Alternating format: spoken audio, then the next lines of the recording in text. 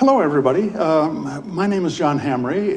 This is, we're in the morning in Washington, D.C. I'm not sure where you are at this time while you're listening to this, or you'll see it in the future. But I want to say thank you for joining us. We have an early Thanksgiving feast today. It's going to be a feast of ideas. And it's brought to us by a remarkable diplomat. Jim Jeffrey had such an interesting career, and he documents this, I think brilliantly, in a book he just released called Middle East Crises. And we're going to explore all of this in a brief moment. I want to say thank you to my colleagues. We've got Dr. Seth Jones, who is with us. He heads up our defense program at CSIS.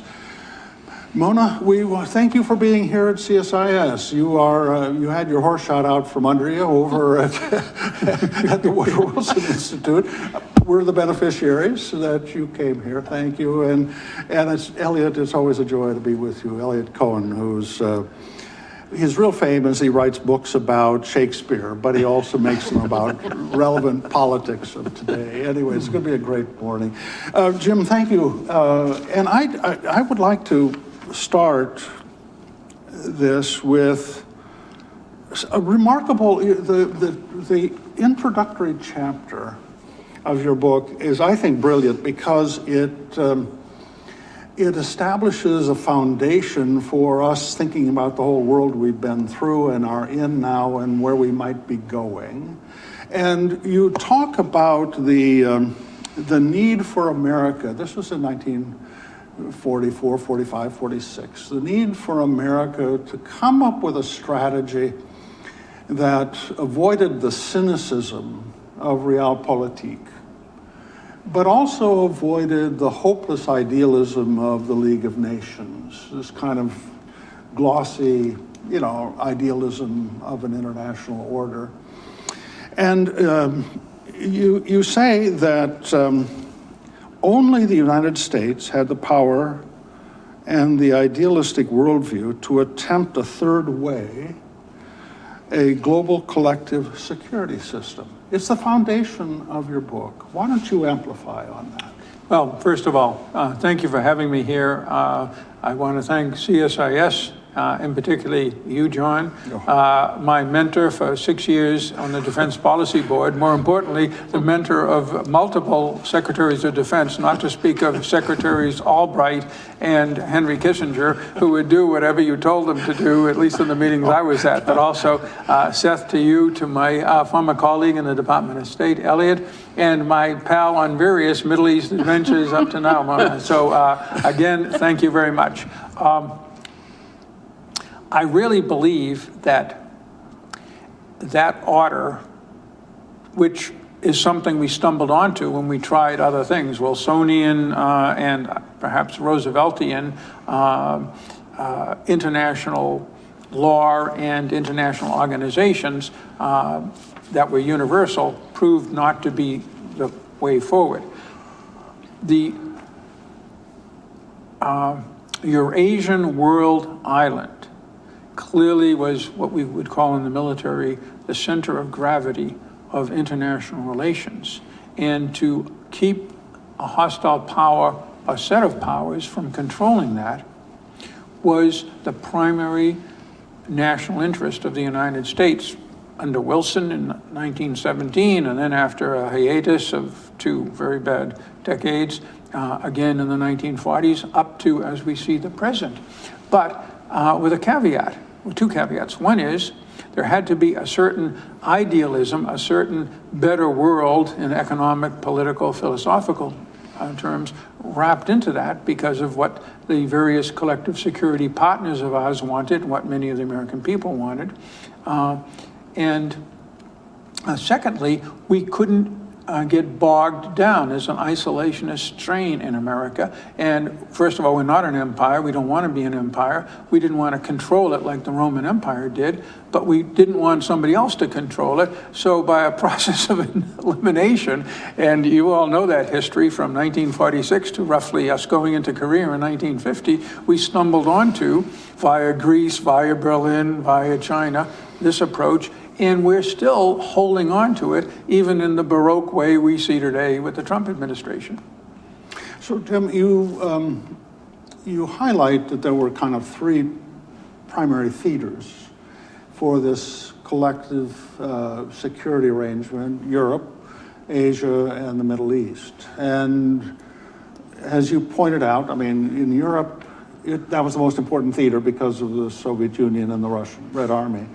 And we put big emphasis on that. Mixed success, but we ultimately, despite the failures in Vietnam, created a structure in Asia that seems to be working. But in the Middle East, you say it's been weaker. And at one point, you say the U.S. and its Western allies and regional partners has deterred the worst of the past in the last 40 years, a descent into permanent chaos or the rise of an alternative order like that of the communist China. But it has never been able to establish a durable, stable order to end this cycle. And you're talking about the Middle East. Why? Boy, clearly you're asking that question because I didn't succeed in answering it. In fact, I don't really think I tried really hard to try to answer it, but simply to pose the problem. Again,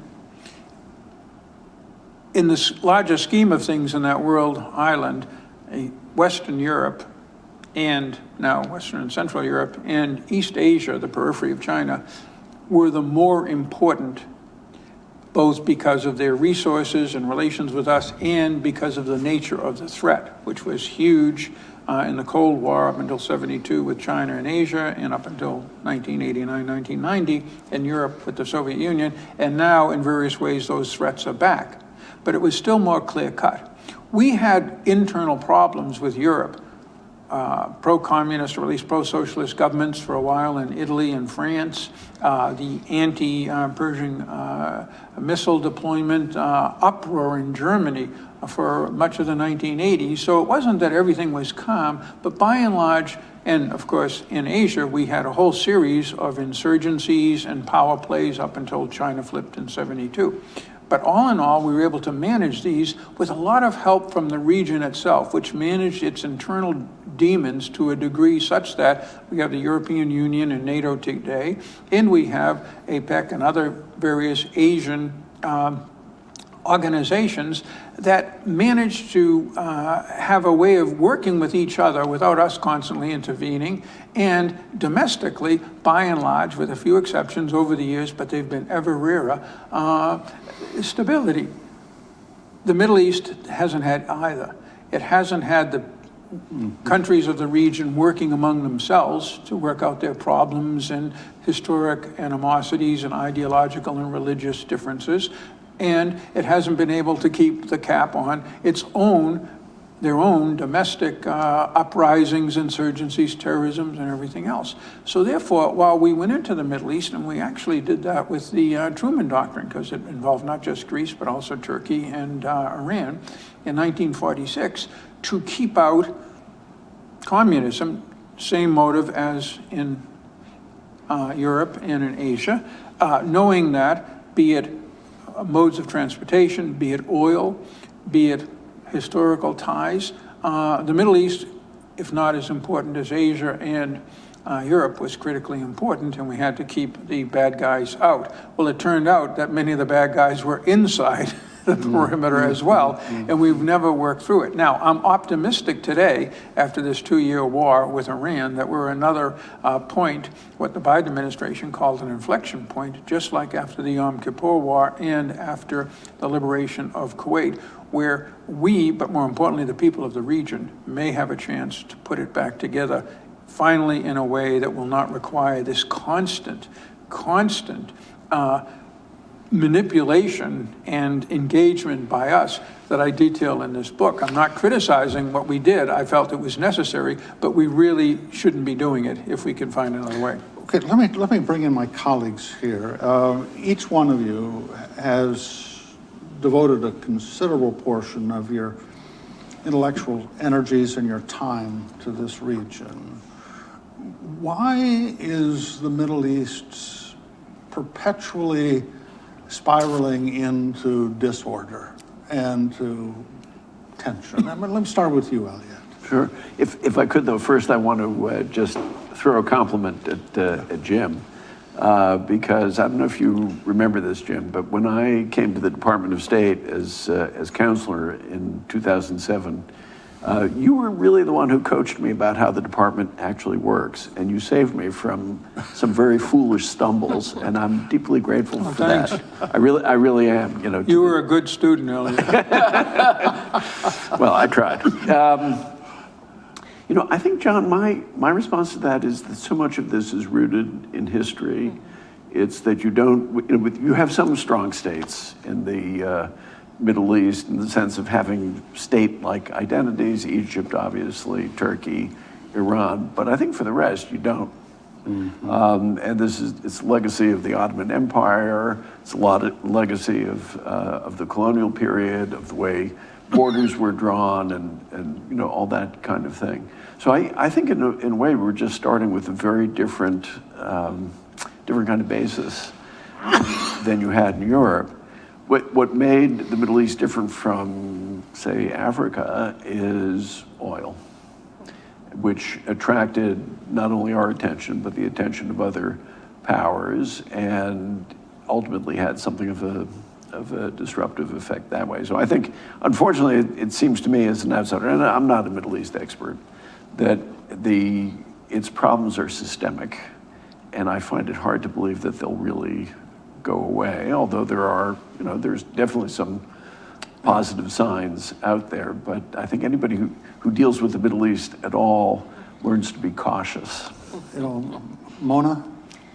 Well, I would just build on what Eliot said, but let me first also offer my compliments to you, Jim, on a terrific book. And I've come in contact with you perhaps later in your career, but consider myself very, very lucky for all that I have learned and will continue to learn from you. And if I could also just make one other comment, Dr. Hamre, about the book in the moment we find ourselves in, which is it is a remarkable testimony to public service and to what it is to be a Foreign Service officer.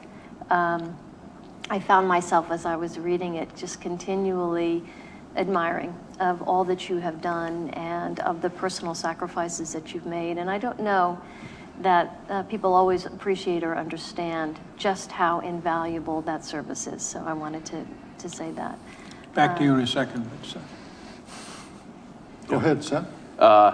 Well, just on this book too, I want to say a couple things. One is, as you'll see, lots of underlinings in here.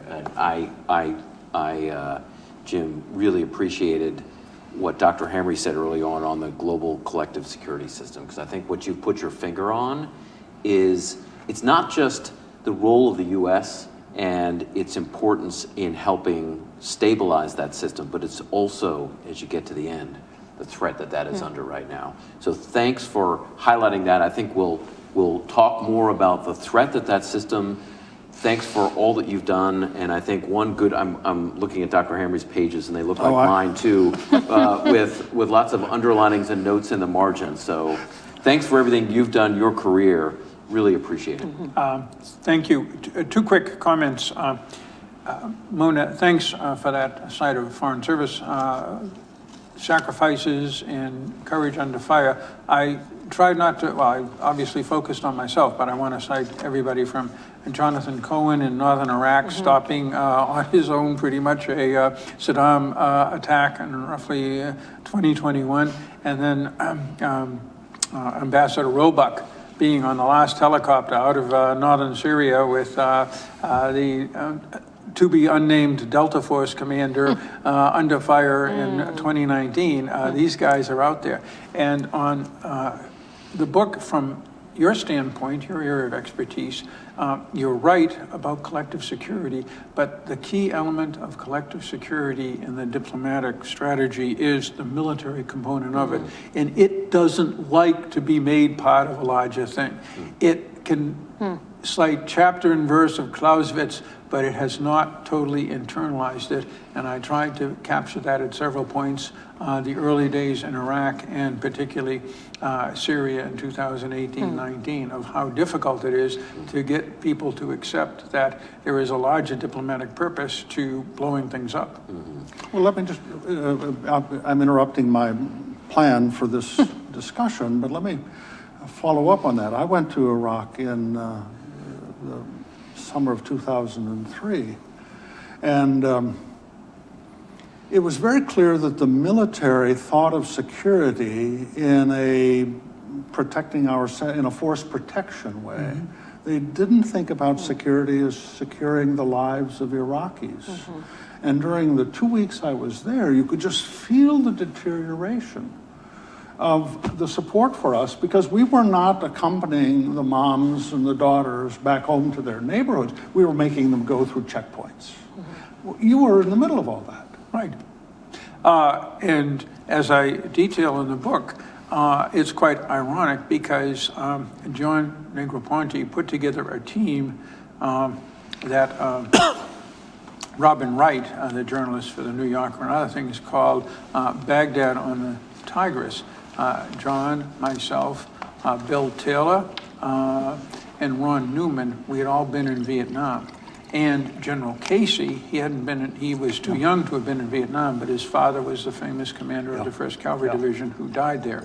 And so we all knew the Vietnam history, and John, the reality is, because I was there at the end of the war, we learned that lesson after learning all the wrong lessons, right, under General Abrams from 1970 roughly to 1972 Vietnamization. At that time, we were protecting the population, not chasing the North Vietnamese army along the borders. And it worked. And we saw it, I saw it work. And they saw it work. Then, of course, with Petraeus and Ambassador Crocker in Iraq during the surge, they applied the same strategy diplomatically and militarily, and that worked as well. Why we weren't doing this in 2003, 2004. Casey was trying his best and was being slapped down repeatedly. Then Condoleezza Rice, as I recorded, tried a clear whole bill in 2005, and boy, did she get slapped down. There was just no desire to hear this lesson. And when we moved to it, we had the arrogance to call it the Arab awakening. I mean, I think it was when we came away. Yeah, that's nobody's ever mentioned that, and Arab awakening has rolled off my lips 1,000 times, but you're absolutely right. It was the American awakening, because these guys, talking about Anbar province, and I was out there in 2004, they were willing to go either way, and Casey actually had a strategy to try to do that, but he couldn't implement it, because the key thing that people missed, and I only caught it partially in the book, was the surge wasn't just a military surge, and it wasn't just to protect the population, political military surge. It was a political change, because Bush said, and look, and when it's over, and all of the bad guys are defeated or surrendered or changed sides, we will leave. We will leave by a date certain, and then you own it. And that was very appealing to the Iraqis, because I was the ambassador when we did leave. Yeah. Let me ask you both, or all of you, it's a question about the history, but about also today.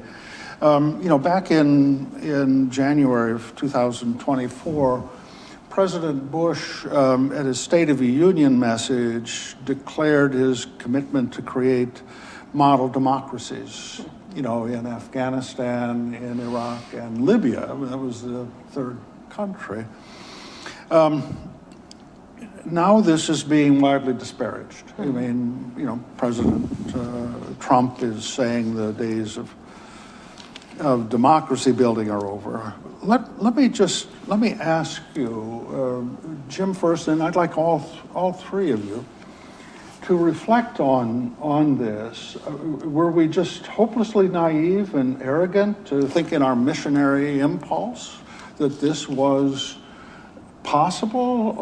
Was it the lack of an understanding, again going back to the structural weakness that we have in understanding the Middle East? How would you characterize that period where we embraced democracy building, failed, And now we seem to have lost our voice in the values of it. That's still a tough one, and you remember back, and I alluded to this indirectly because I didn't want to finger people directly during our Defense Policy Board debates on this very subject. There has to be an idealistic element to American foreign policy for both a basic security reason. Things tend to go better when your partners are democracies and have stable internal situations rather than dealing with potentates and glittery generals who could be overthrown the next day and then replaced by somebody else. That's the first thing. And secondly, we have a certain commitment as a democratic society and a society of the rule of law to be the friend of such developments elsewhere. But that's different than being the sponsor. I think in that same speech, Bush said words to the effect of, today our ideals of democracy have also become a security imperative. I think he used words exactly to that, which meant that if we wanted to avoid another 9/11, we had to turn these countries into Denmark. And that's where we went wrong. To be sure, if they were Denmarks, we wouldn't have had 9/11. But the logical analysis fails at the point where how do we, from the outside, make them democracies? The good example was Western Europe. But while we gave them the tools, first of all, a defensive perimeter in the Marshall Plan and a few other things, they decided they would become or they would return to democracies, and they decided that they would band together and resolve their very thorny internal disputes. For example, the Saarland, a province of Germany, was part of France until 1955. And the Italians and the Austrians had a devil of a time figuring out the future of Südtirol. And they resolved these things, and we simply nodded and benefited from that. So they weren't constantly fighting each other when they should have been maintaining a common defense against the Soviet Union. Unfortunately, that didn't occur in the Middle East. And so we decided, hey, then let's go in and fix this by direct engagement. Again, that was one part of the, interestingly, Rumsfeld, backed by Cheney, really didn't believe in this. They believed, and I consider it the Roman Empire and punishment expeditions. You don't own the Pottery Barn when you have gone in and smashed it. That was Colin Powell's argument. Hey, now we own it. Their argument was, no, they mess up, we go in and smash it, let them spend 10 years putting it back together again, and if they mess up again, we'll smash it again. And so they had smashed Iraq, and you saw it brilliantly in 2003. Just reflect yourself, John, on with 150,000 American and Allied troops in country, what total chaos you were experiencing, something that none of us had seen or even had heard about, even in World War II when we went through France and other things. This kind of craziness was almost unique. Yeah. Eliot, you were a counselor, I think, at the time when this was being when I was, and actually I was on the Defense Policy Board when this went down, before I became counselor. So I guess I have a couple of thoughts. One is I think really important to remember the impetus for both the Afghan war and the Iraq war was not about democratization. It was about dealing with security threats, obviously Afghanistan reaction to 9/11, but even with Iraq, and I think Mel Leffler's written a very, very good book on Bush's decision-making. It was driven by national security considerations. Now, once you were there, and in a certain way, Powell was right. You were not going to simply be able to disengage and go home. There, I think there were two things that worked. One was the experience of World War II, and understanding the qualifications you just offered, but still the experience with Germany, with Italy, but also in Asia with Japan, even with South Korea, where the cultures were very, very different than ours, I think left a kind of historical memory which may have misled us. The thing that I remember baffling me at the time, and as I said, I was kind of following this on the Defense Policy Board before I went into government, is nobody seemed to have paused and step back and say, okay, what can we reasonably expect? I mean, I don't think they were such fools as to think they could turn it into Sweden. but they could never really bring themselves to say, this is, as the Brits used to say, Afghan good enough, or Iraqi good enough. And I think one of the things that's unfortunate about the way we talk about these things now is, look, there is a big difference between Saddam Hussein and something that's messy and ugly, but is not as vicious and destructive as that. And I really think that our biggest failing was to try to sit down and think about, okay, what can we reasonably hope to achieve here? And the result was not so much, I think, messianism. I don't think that was the issue so much as a kind of incoherence, which was in some ways just as destructive. But no. We made similar mistakes. I spent probably 15 years on and off in Afghanistan. We made similar mistakes in the Afghan context. On one hand, the United States itself was formed on basis of liberal democracy, free press, freedom of religion, freedom of election, free markets. So that is in our DNA as a country. I think the second issue, though, is what we failed to fully understand is how difficult it is to impose that from without. And it's interesting. Sam Huntington, for example, has written a wonderful book on the waves and counter waves of democracy. And one of the things that comes out, I think, in that book, at least for me, is how difficult it is for an outside entity to impose democracy on a society, that much of that has to be done internally. And Eliot's right. I think, I remember having a range of meetings with Ambassador Bremer as he was going into Iraq, because we had just done a study. I had done a study with Jim Dobbins on a history of nation building. And one of the issues that I think we mistakenly made was looking at the German and the Japanese, in particular, examples of us essentially defeating those societies during World War II, but then embedding democracies in them.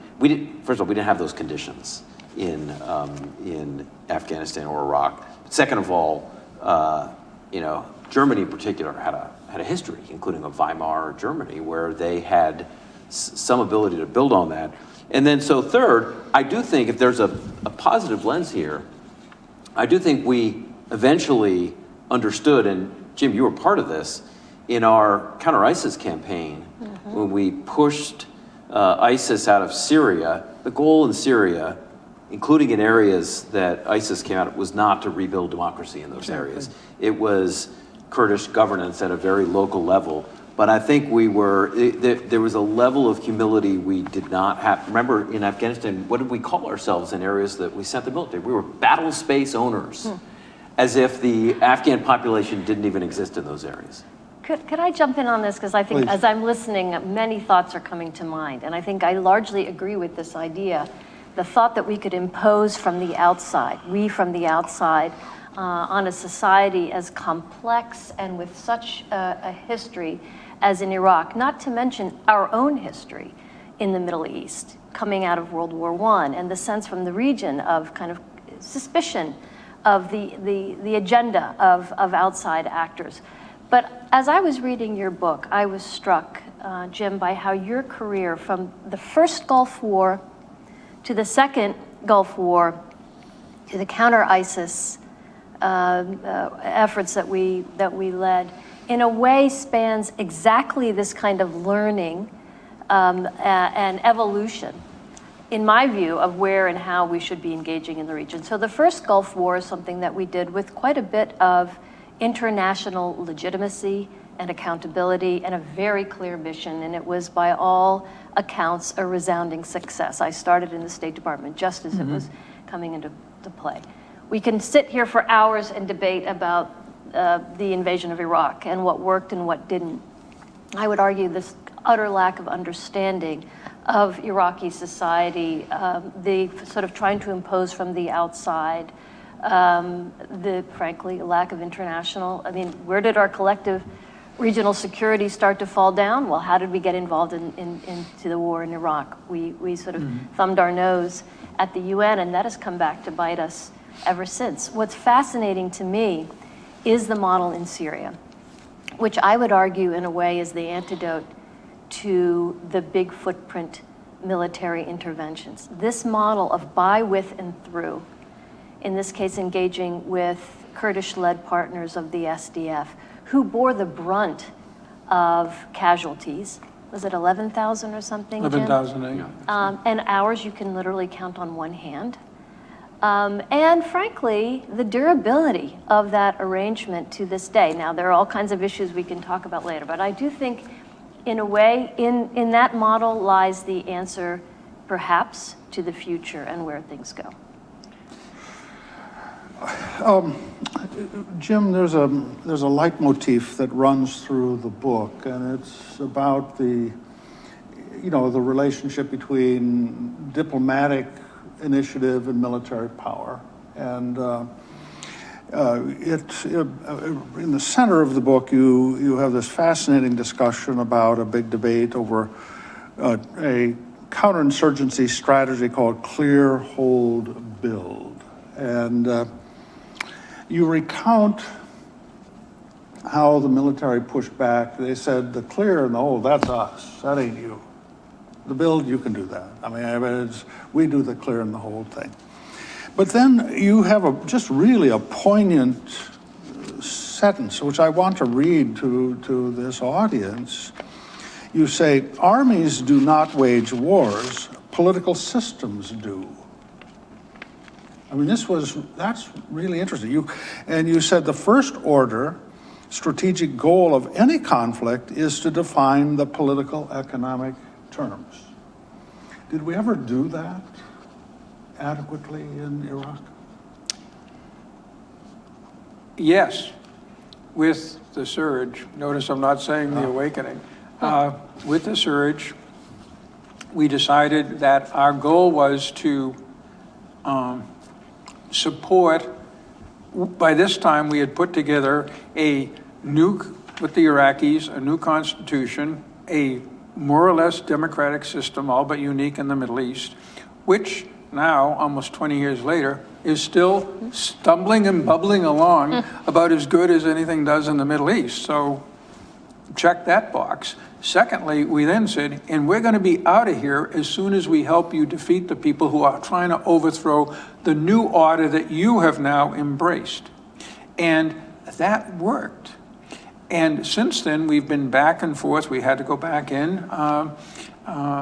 when Daesh showed up in 2014. But the Iraqis did ask for us to come back, and they've worked with us since then. And right now, it's kind of looks like we're going to end our presence, except they keep on saying, well, maybe not. Now we'll see with the next government, but we're still there in 2026. But as partners, not too different from where we are in Europe and with the Philippines and Thailand and Japan and Korea. And so we after trying, literally as usual for us, after trying everything else that we did in Iraq, we came to that solution. But getting back to the military side, the problem is that clear and hold is the military has to have the lead, and its prerogatives are absolutely essential. Having been a soldier and had a real disdain on my few encounters with the State Department in Vietnam, I understand their sympathy, their point of view, and sympathize with it.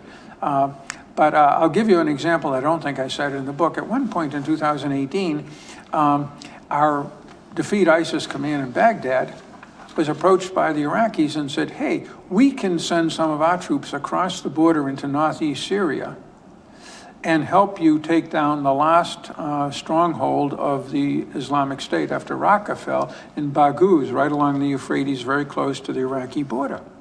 And our military thought that was a good idea. Troops to task, and we're all about having international forces get engaged. We're trying to get, we only had 2 or 3 countries with us in northeast Syria, and they were small and they were covert because of various political things. So this looked like, from a military standpoint, hey, a good way to, do anvil and hammer strategies against the guys in Baghouz. And Mazloum was horrified And I was horrified because I was present when I heard this idea, and we had to sit down with the U.S. military and say, look, there's huge political implications of the Iraqi army, particularly if it is the Shia militia part of the Iraqi army who are sitting right on the border in Al-Qaim, and soon we're across the border in, actually by that time they were across the border in Abu Kamal, moving into, pardon my expression, the SDF, Kurdish Arab battle space in northeast Syria. They knew this was bad voodoo. I knew it was bad voodoo. From the military standpoint, hey, it is a force multiplier to get other guys in there from both the kind of military diplomatic side. Hey, look at how big our coalition is, and actually, boots on the ground. But from the larger political standpoint, this was disastrous.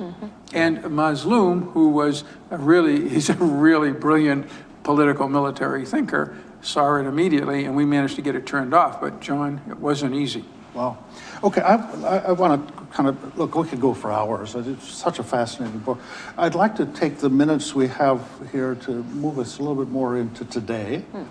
And let me ask this question. Israel, through its unilateral military action, has really fundamentally reshaped the security posture in the Middle East. Let me ask each of you to reflect on that. And, it's a new world, but I don't know where it's going. Eliot, do you want to start us? Well, so I guess my first crude observation is when people say, war doesn't decide anything or can't really change things, this is one more piece of evidence that that's not true. Whether for better or for worse is another matter. But there's no question, I think, that the Israeli operations, first in Gaza, but definitely against Hezbollah and against Iran, have sort of reordered the Middle East for the time being. I think the important question is, I guess my view is, the most important question is what's going to happen to Iran. Because if there is some sort of major transition in Iran, then I think a lot of other things really do change and change for the better. If that regime is sufficiently resilient that it can somehow come back, and it has given no indication that it wants to let go of its proxies and the role that it's played thus far, then I think we've got a problem. One other thing that I think it's worth remembering about Iran also is this is the original revolutionary state. And we know that Osama bin Laden was inspired by the example, even though they're Shia and he was Sunni. And I think if that regime somehow is transformed in some major way or collapses, then it's a totally different Middle East. Until then, I just think we can't be sure. Yep. Seth, and then I'll come to Mona. Yeah, I think, what I found interesting, and Eliot and I have been to Israel a couple of times, including, on the ground in some of the combat areas. I mean, what has struck me is at least sort of two themes. One is how proactive the Israelis have been in going after Iran's Islamic Revolutionary Guard's Quds Force actors, and actually doing it successfully, at least at the operational and tactical level, in Lebanon. I mean, they've decimated Hezbollah, strikes recently against the chief of staff. They have conducted actions in Yemen against the Houthis, not eliminated them as a threat, but some act. And then in Syria, which is the second issue, which is there are other reasons with the collapse of the Assad regime there, just 5 years ago or so, Iran had this arc of actors from Lebanon through Syria, Iraq, Iran, actually even Afghanistan after the collapse of the Ashraf Ghani regime, particularly in Western Afghanistan. They no longer have that right now.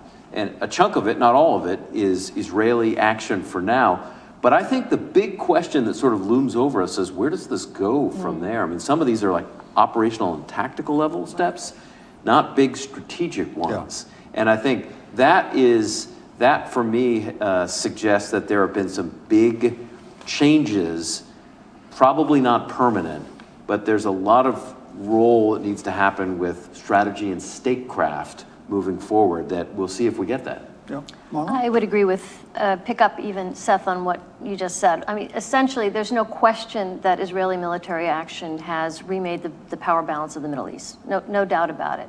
For me, the key question, though, is what are the limitations of force? What happens if those tactical gains are not translated into enduring strategic ones? And to me, the answer to that is still not clear. We've also seen Israeli overreach. I mean, the strikes on Doha, for example, I think, are an example of pushing too hard. And I think they've dealt with the consequences of that. So barring a political and diplomatic strategy that allows for Israel's integration into the region, I don't really see where and how this pretty significant military action actually results in something enduring for the Israelis with respect to security.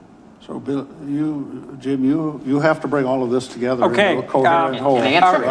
The answer is, as I said, I think we are at a 1973, 74, 1991 moment, and many factors will be key. To get back to how we got there, I want to underline the Israeli military's capabilities and the crucial decision that only one man, from my experience in Israel, could have done, which is Bibi Netanyahu, of saying defeating Hamas has priority over getting hundreds of Israeli hostages back.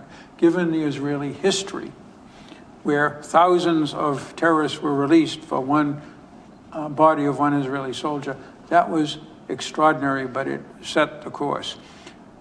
But I also want to underline why I'm a bit optimistic, and that is how the United States has used military and diplomatic power the way, as a realpolitik guy, I wanted to see it. The Biden administration, despite tremendous domestic cost, supported Israel, however bitching, not only with arms, but twice decisively in helping intercept and block Iranian massive ballistic missile barrages. The Trump administration used military force. You know, Eliot and I remember arguing about the Iranian nuclear program back in the 2000s and what we should do about it. And the Trump administration showed what you can do about it. And that opened the door. But then how both, and I know a lot of these guys, and it's partially instinct, it's partially luck. As soon as Syria came down, look how quickly the Biden administration acted. Bang, Assistant Secretary Leaf off to Damascus. The terrorist, one of the many terrorist charges against at least al-Jawlani/al-Shara was lifted, and they opened the door to others, some sanctions relief. And meanwhile, I was in contact with them. They were working with Ankara, they were working with Jerusalem to try to find a way forward. Likewise, the Trump 20-point plan on Gaza, after the Israelis' overreach, that overreach opened the door for essentially the Trump administration to slap down the Israelis and say, we now own Gaza. Here is the way forward. And this is, frankly, what I'm hoping we can sustain. Whether we can or not is a different question, John. Okay, I've got 10 minutes and I've got at least 2 hours worth of questions, but I'm going to ask one here to kind of, your epilogue. I've read your epilogue now 3 times, and it's really interesting. And there's one sentence here, 2 sentences here that really jump out to me, and I'd like to get everybody's reaction. And you're talking about this collective security structure. And you say success and the whole system rests on the willingness of the United States to accept military engagement in unimportant places so as not to have to fight existential struggles in important places. My question is, does America now have the vision and the will to do this?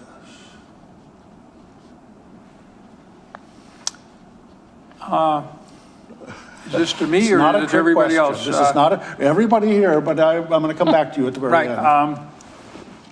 In the end, we have managed to muster that time and time again. The biggest challenge to it, even bigger than Iraq, was Vietnam, where that question was led to a split in foreign policy thinking in the United States that I still believe has not been healed.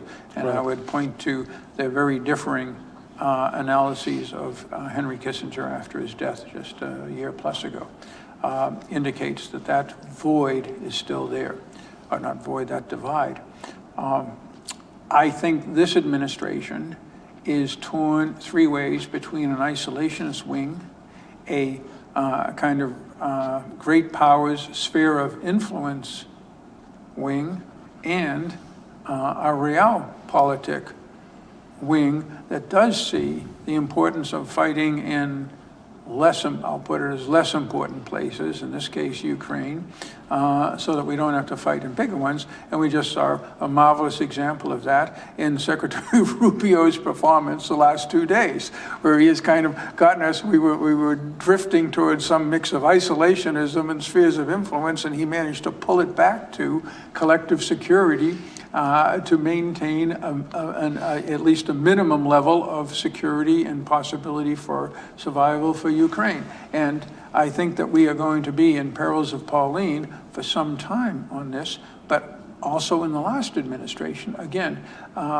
if realpolitik, collective security is one strand, isolationism a second, great power spheres of influence a third. The fourth possible temptation in American foreign policy, because we're big enough and lucky enough to have many options, is a kind of universal European Union rule of law, international organization approach. And President Biden was under a lot of pressure from that wing of the American foreign policy community to go in that direction. And initially, you remember, even not support Ukraine because NATO expansion was what was behind that. I could cite the well-known professors who made that point. And then, of course, with Israel. Yeah, well, I mean, there is no question there is an argument that has surfaced on America first right now. And some of it is at least an isolationist, and we'll come back to the Western Hemisphere in a moment. But, you know, I was testifying recently before Senator Wicker, the head of the Senate Armed Services Committee. And he asked me whether I believed in America first. And my response to that was, well, actually, most administrations are America first. I mean, that's kind of defense of the homeland. But it's not an America only. And I think the challenge right now is we have forgotten to some degree that the values that we hold dear are under threat. And I think when you look across, I mean, the war in Ukraine is one of the most incredible examples of this, because I'm not sure most people would have guessed back in February of 2022. If you fast forward nearly 4 years later, the Chinese would have essentially bankrolled the Russian industrial base, providing significant components to the Russian war machine, plus paying for a lot of the oil and gas, that the North Koreans are actually fighting on the ground and dying, and that the Iranians are building shaheeds and weapon systems in Russia.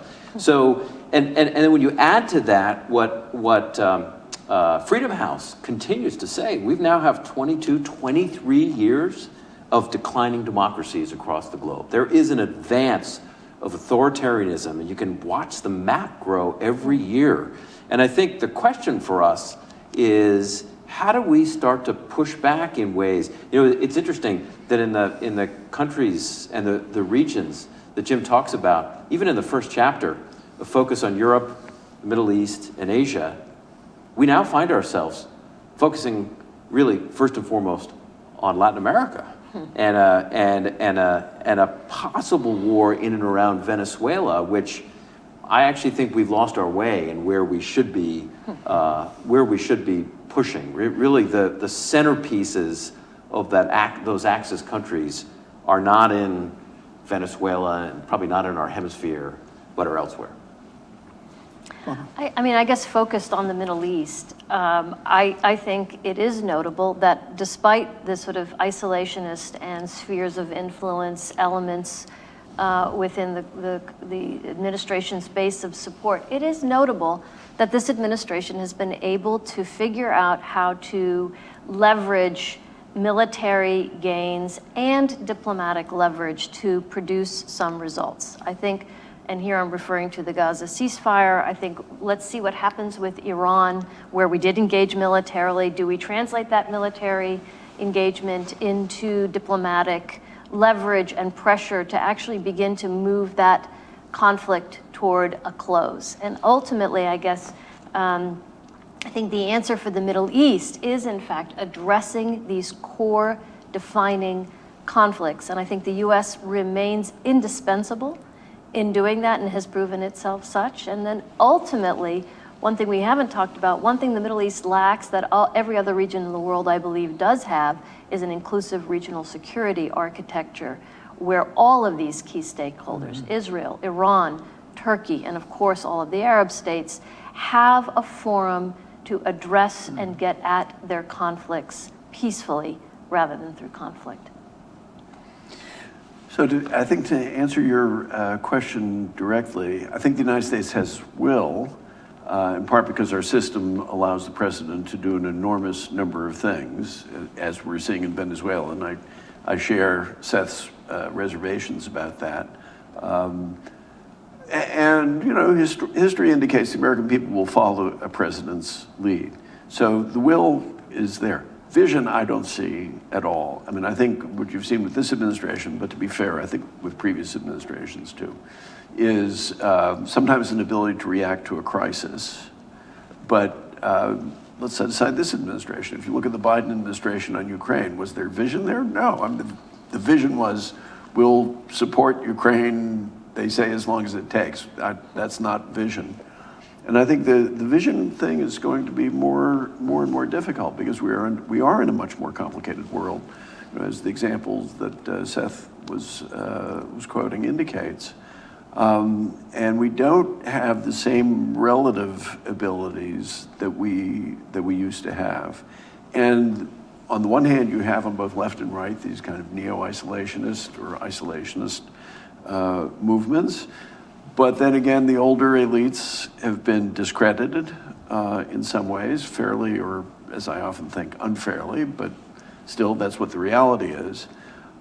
So actually hammering out a vision around which consensus can be built, and above all, around which you can develop a coterie of senior diplomats and civil servants and military people, the next Jim generation. Jeffries of the world. The next generation. It's the next generation. And the Jim Jeffries. Seths and the Monas and the Eliots and the Johns. That's the real challenge. Yeah. You know, in your era, Jim, we had people like you, and you mentioned some of my heroes from the State Department, people like Ryan Crocker, for example. There's a whole bevy of them. And they had a kind of a common view of the world, which is one of the reasons why they could follow different presidents and implement effectively. I'm not sure that we have that now. And it's, frankly, John, it's one of the reasons why I think this institution's really quite important. Yeah, thank you. You know, in your final paragraph, you say, my contributions to foreign policy today are largely behind me. I hope that's not true. That's why I put the largely in there. Well, and I think this book, and by the way, it's a splendid read, and it's called Middle East Crises, Expeditionary Diplomacy with the Bush, Obama, and Trump teams. And I really encourage people to read it. Let me ask you, and in the antepenultimate paragraph, you write, any retreat from the collective security model toward veiled isolationism could swiftly bring disaster of the sort that we've not seen since the early days of World War II. Can you offer a benediction here and reflect on that? Yeah. Give us a send-off? Yeah, it's a very personal thing. My father shipped out with parts of the 26th Infantry Division 3 weeks after Pearl Harbor from New York, not knowing whether they were going to the Pacific or the Atlantic. What they knew is They would be damn lucky to even make it there with the submarines, and when they got there, they would probably be defeated, but they went anyway. We don't want to return to those horrific times. America first is right, but as Seth indicated, the best way to have America first is to have America befriended. I think we will avoid going down this route of mix of isolationism and great power, backyard sphere of influence. It's going to be tough. Two saving graces. One is I talk a lot about presidents there, and I work with Trump, not personally, but through Pompeo, but the other three, Biden as vice president, and of course, Obama and Bush. And they all wanted what was best for America, there's no doubt, in their different ways. They also, in their various ways, including very much so Trump, like to have friends. And if they had friends, now some of them are bad friends, but many of them are good friends, and those friends have an influence on presidents. Presidents will listen. The other thing is that I record is that presidents do listen. Finally, getting back to the Foreign Service, we can reach out to the academic, policy, political world and find first-class foreign policy operators, and I'm looking at the four of you, having seen both John and Eliot in action in government. But the one thing the Foreign Service brings, other than a lot of frontline experience that it's hard to get otherwise, most importantly is we are bipartisan and we are as objective as possible. And presidents need that.